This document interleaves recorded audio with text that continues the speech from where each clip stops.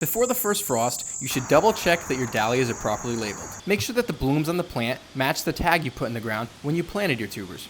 Once you make sure the tags are correct, you can take surveyor's tape and mark the stems of the dahlias. Surveyor's tape will stay put when we dig, wash, and divide, so we don't have any mix-ups. Next, cut all of your dahlia foliage back, leaving only about 8 inches of stem that can be used as a handle while washing and dividing. Now, take a pitchfork or shovel and gently loosen the soil around the dahlia tubers. Once the soil is loose, grab the stem and remove it from the soil.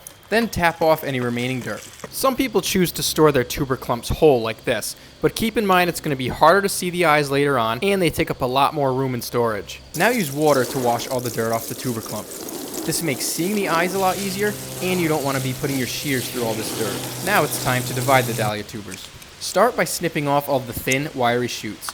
You don't need these and they would just dry up in storage anyway. Then look for tubers with a broken or damaged neck and remove them.